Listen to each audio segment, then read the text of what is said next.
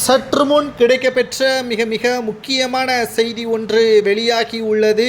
உதயநிதியின் தலையில் விழுந்த மிகப்பெரிய ஒரு இடி. அதாவது 2026 சட்டசபை தேர்தல் முழுவதுமாக உதயநிதியின் கட்டுப்பாட்டில்தான் நடக்கும். திமுகவில் யார் வேட்பாளராக களமிறங்க வேண்டும் என்ற இறுதியான முடிவை உதயநிதி தான் எடுப்பார்.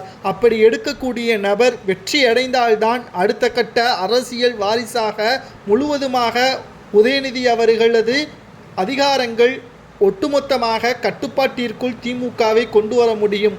ஒருவேளை உதயநிதி அவர்கள் தோற்றால் அவர் கை காட்டுகின்ற வேட்பாளர்கள் அதிமுகவிடமோ தமிழக வெற்றி கழகத்திடமோ நாம் தமிழரிடமோ தோற்கடிக்கப்பட்டால் நிச்சயம் உதயநிதி அவர்கள் அடுத்த கட்ட திமுகவின் வாரிசாகவோ அல்லது தலைவர் பதவிற்கோ தகுதி இல்லாதவராக மாற்றப்படும், உட்கட்சி மோதலும் எடுக்கப்படும் என்ற தகவலும் தற்பொழுது கிடைக்கப்பெற்றுள்ளது.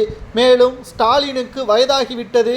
சமீப காலமாகவே குடும்பத்தில் நடக்கக்கூடிய பிரச்சனைகளும் இழப்புகளும் அதிகமாகி கொண்டிருக்கின்ற காரணத்தினால் ஸ்டாலின் அவர்கள் மனவேதனையில் இருப்பதாகவும் மூத்த அமைச்சர்களும் மூத்த நிர்வாகிகளும் செய்கின்ற தவறுகளால் ஸ்டாலின் மனக்கவலை அடைவதாகவும் தற்பொழுது தகவல்களை நம்மால் பார்க்க முடிகிறது.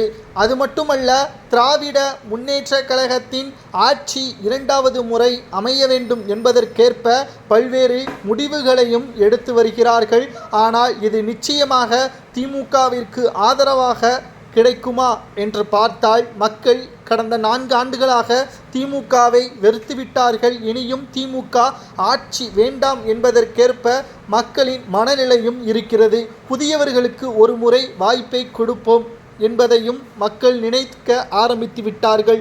அதிமுக எடப்பாடி பழனிசாமி அவர்கள் தலைமையிலான நிச்சயமாக வெற்றி பெறுவது உறுதிதான் என்று அவரும் ஒரு பக்கம் பிரச்சாரங்களை மேற்கொண்டு வருகிறார். திமுகவின் ஒட்டுமொத்த வெற்றி வாய்ப்பும் உதயநிதியின் கையில் இருப்பதால் அவர் எடுக்கக்கூடிய முடிவுகள் நிச்சயமாக மாற்றத்தை கொண்டு வர வேண்டும். இல்லை என்றால் அவரையே மாற்றிவிடுவார்கள். கனிமொழியும் அந்த இடத்திற்கு போட்டி போட்டு கொண்டிருக்கிறார் என்பதும் குறிப்பிடத்தக்கது.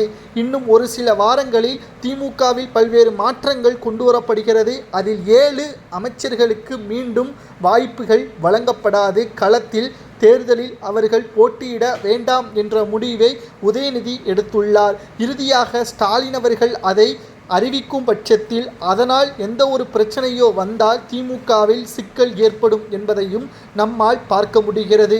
உதயநிதி அவர்கள் திமுகவின் தலைமை பொறுப்பிற்கு தகுதியானவரா அல்லது அந்த கட்சியில் யார் தலைமை பொறுப்பை ஏற்கலாம் என்பதை கமெண்ட் வாயிலாக கூறுங்கள்.